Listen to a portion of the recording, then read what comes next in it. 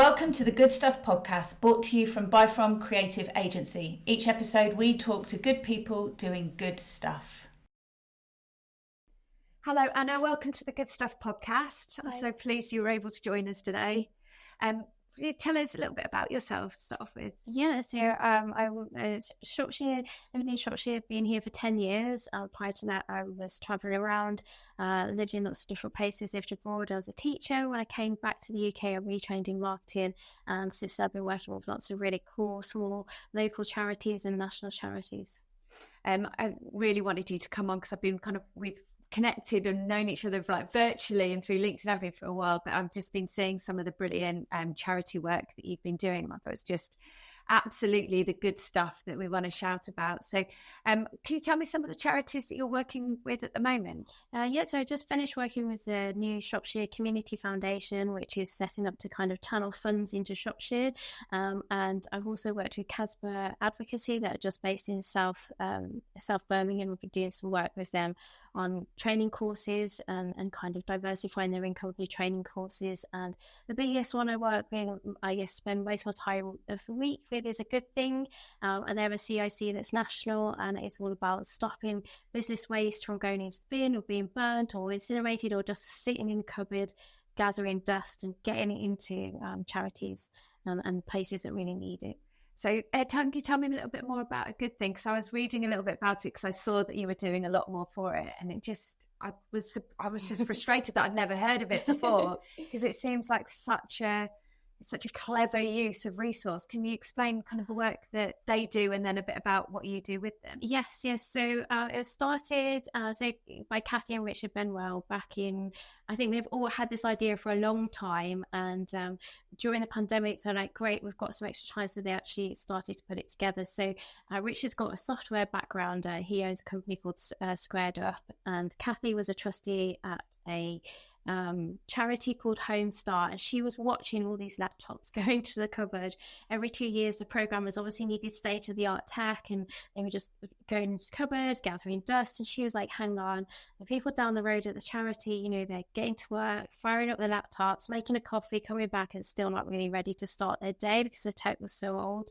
So they started to donate some of the laptops and some surplus furniture to Homestar in Slough, and then they're like, hang on, we've got more, let's share it out. So they started calling charities, and they found it more difficult than it seems. Call up a charity, we've got some laptops. You don't get through to the right person. There's a little bit of area of suspicion, like, why are you trying to give me free stuff? Or what's the guarantee that actually this is any good?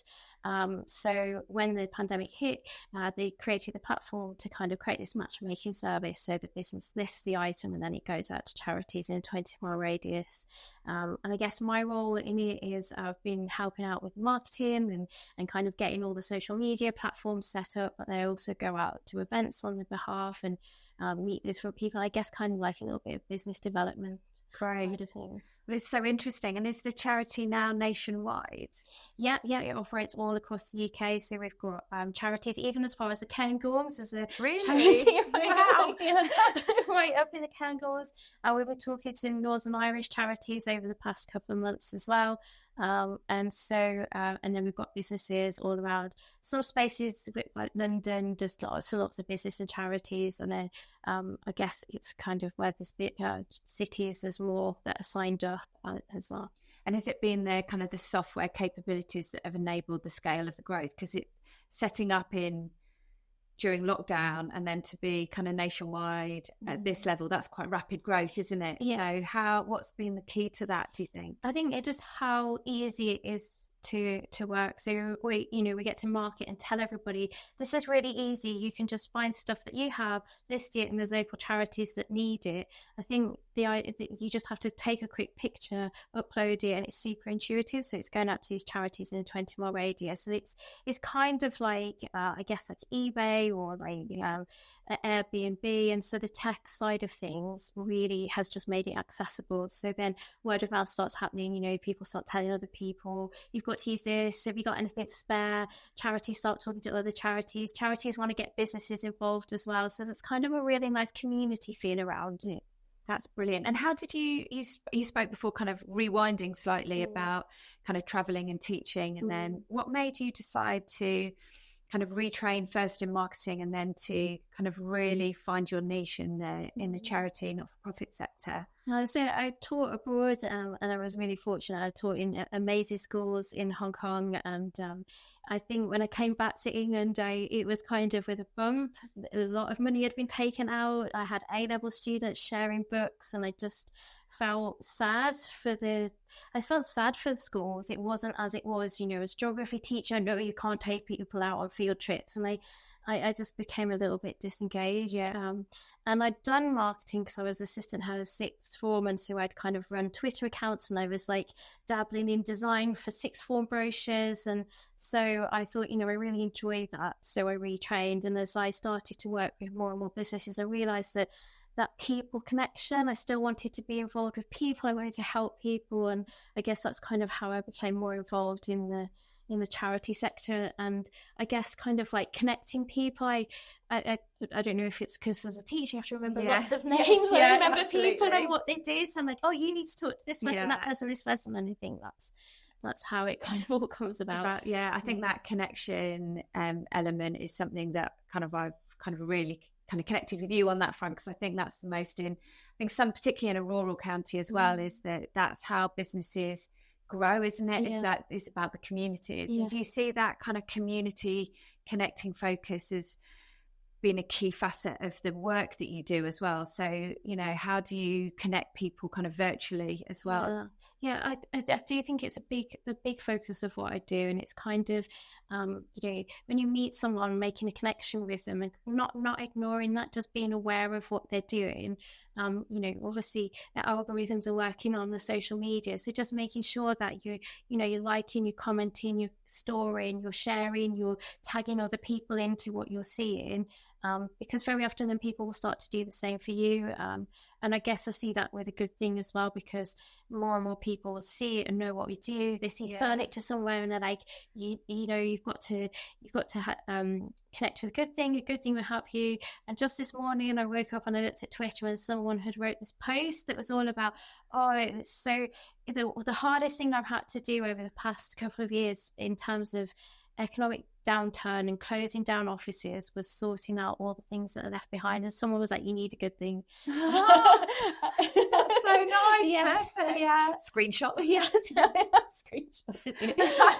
And I think I just kind of, again, as a teacher in me, I feel like if you model something, if you do that for other people, then hopefully they'll do it for you, and then build those connections. So I always try to tag and share and like and champion people. I think that's a really good piece of advice for anyone in any line of work, isn't it? Is that sometimes the relationships with social media can be quite challenging because it's a slow return on investment, and people are like, oh, why am I doing it, and what do I post? But actually realizing that you go on there to build community and to have conversations and to champion other people, and in so doing kind of grow your network in that way. And that's where really meaningful social activity takes place, isn't it? Yeah, I think so. It's so easy to post and go, and to see social media. I think sometimes I think there's some more frustration sometimes with the charity sector. They've got a small set of money and they're like, we need to do social media, and perhaps they don't have time to understand it, or they don't have the digital capacity to understand it,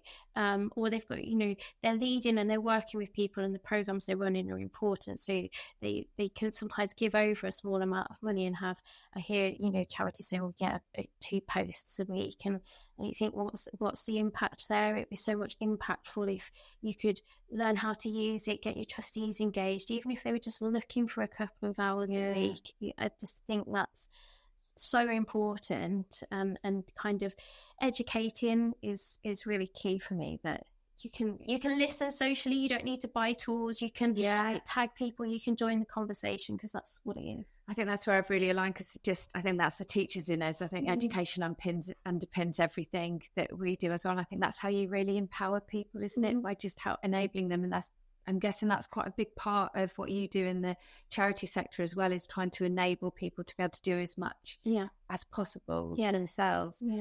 Out of kind of all the charities that you've worked for in the work, because you've done such interesting work, have you got kind of either a fondest memory or something that you're proudest of to date, do you think? Yeah, one of my fondest moments, I was a trustee for the Cavalier Centre, just as it was came in just as it was moving from Perry, where Jane Barker had housed it originally, and it was coming over to Much Wenlock. And, everyone just got stuck in. We were just cleaning. Princess Anne was coming to open it, and we were just all there cleaning it, getting ready for the horses. And again, that kind of like community feel and just laying the legacy for what I know has gone on to be an amazing place where they've received the King's Volunteering Award.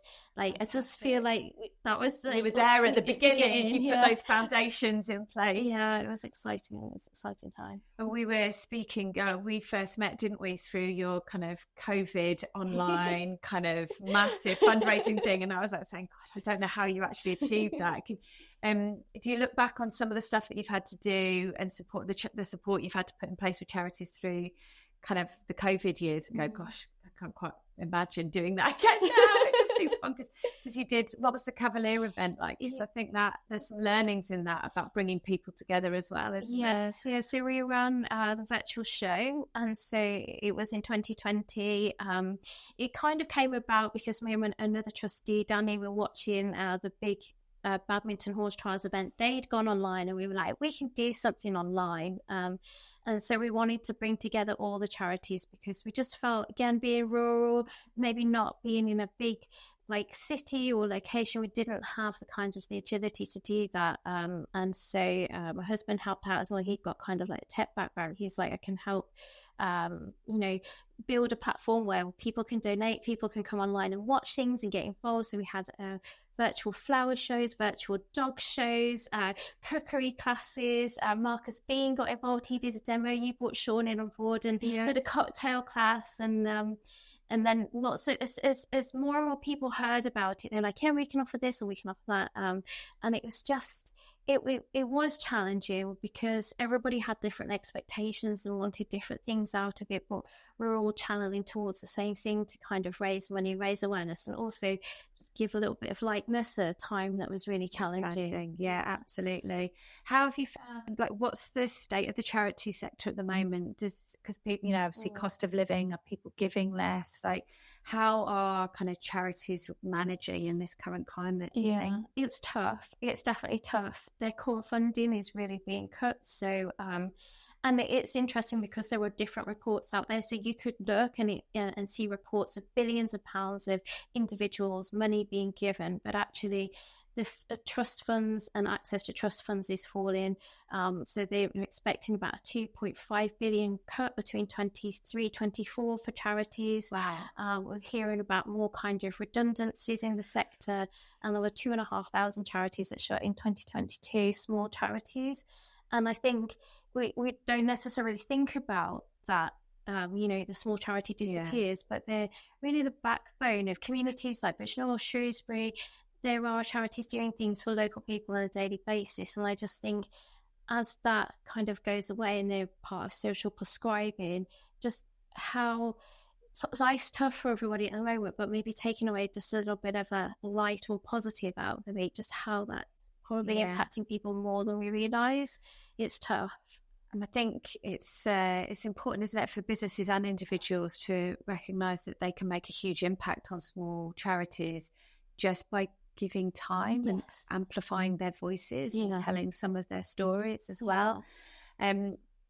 Tell me about People Pint of Planet. I'd love to hear about that as well, because that you're heavily involved in that, aren't you? And I think that, the charity sector, the role of the community and the importance of people coming together for the greater good is embodied a lot in what you do in that field as well. Yes, yeah. So People Planet Pint was created by Adam Bastock. So he launched his first one at COP in Glasgow because people were there and wanted to talk, but there was nowhere really for people to talk. People just descended on Glasgow, ushered into rooms, and people have strong feelings about it. And after COP, people were like, well, we want to take this home with us. So it started to create a network all across the UK. And that's rapidly grown last year. So we started Shrewsbury last January, February. And then there were more and more people getting involved, and so kind of all getting in the car together and going to Bridge North. So we've kicked off Bridge North. But what's really nice about it is that it really is what it says on the tin. There's no PowerPoints, there's no pictures. You just get to come along, have a chat, make connections. And some of it is really positive around what's happening in sustainability, but I do see other kind of spin-offs happening as well, of different things, like making a connection. Like saw somebody had volunteered to make a charity a new map of their location at the first one we held in Bridge North. So it's amazing. Yeah. And that's where those kind of local charities can really get involved and find, because the people who are going are those that really want to give something back, as well as have conversations with like minds that care about the work they do and the impact that it's making, I'm guessing. Yeah, absolutely. So how often do the People, Pipe and Planet events take place? So they're every other month. We've got one happening very soon in April, and then there's another one in June in Bridge North. We have a little hiatus over the summer, and then we get back together. And then when COP happens, they have all across the UK, we have COP, People, Planet, Pint. We were wondering, we're probably going to get together and do a big kind of shop share to get as many people together. Fantastic. Yeah. That's brilliant. And so if people want to find out about People, Pipe and Planet, how would they go about doing that? Google. They've got them all over, so whoever's listening, they usually happen in lots of locations. Yeah, brilliant. And I've heard that people came to Shrewsbury because they heard about it on a different podcast. Oh, really? I think it was Joe Lycett's podcast. Someone had mentioned it on something like that. That's brilliant. Yeah, or comedian. Yeah. So just if you Google, the whole map comes up. There's an amazing map, and you can see where you are, because if you're traveling for work, there might be one in the location, and they are, I think it's over 50 locations now that I'm running. That's amazing. And I suppose it's just something that's going to keep on growing, isn't it? Yeah. It's good to know that the community is strong in that sense. Yes, yeah. What did you identify? So obviously Bridge North is our hometown at the moment, and obviously not everybody listening is Bridge North, but you said some really nice things about what you identified about the Bridge North community in their first one. Kind of what was that first launch like? Yeah, it was really bustling. We had it's kind of like myself and Craig, who co-hosted. We don't get to know how many people have signed up until the morning of. So that's nerve-wracking. We wait for the email to see how good a job we've done at getting the word out. And there were over 30 people registered, and more came. I think it's because, I have to say, we've got a great sponsor, Crystal, who make it possible to offer 33 free drinks for the first people to arrive. And I think that just really helps to encourage people to come along. Everybody was arriving quite early and having discussions and really moving around the room, and making connections, as I say, offering to do things for each other. And the conversations were going on, and I started at 5:30. We were still there at 9. People were still talking, and I heard some people say, definitely come to the next one. It didn't get to catch you this time, but please come back.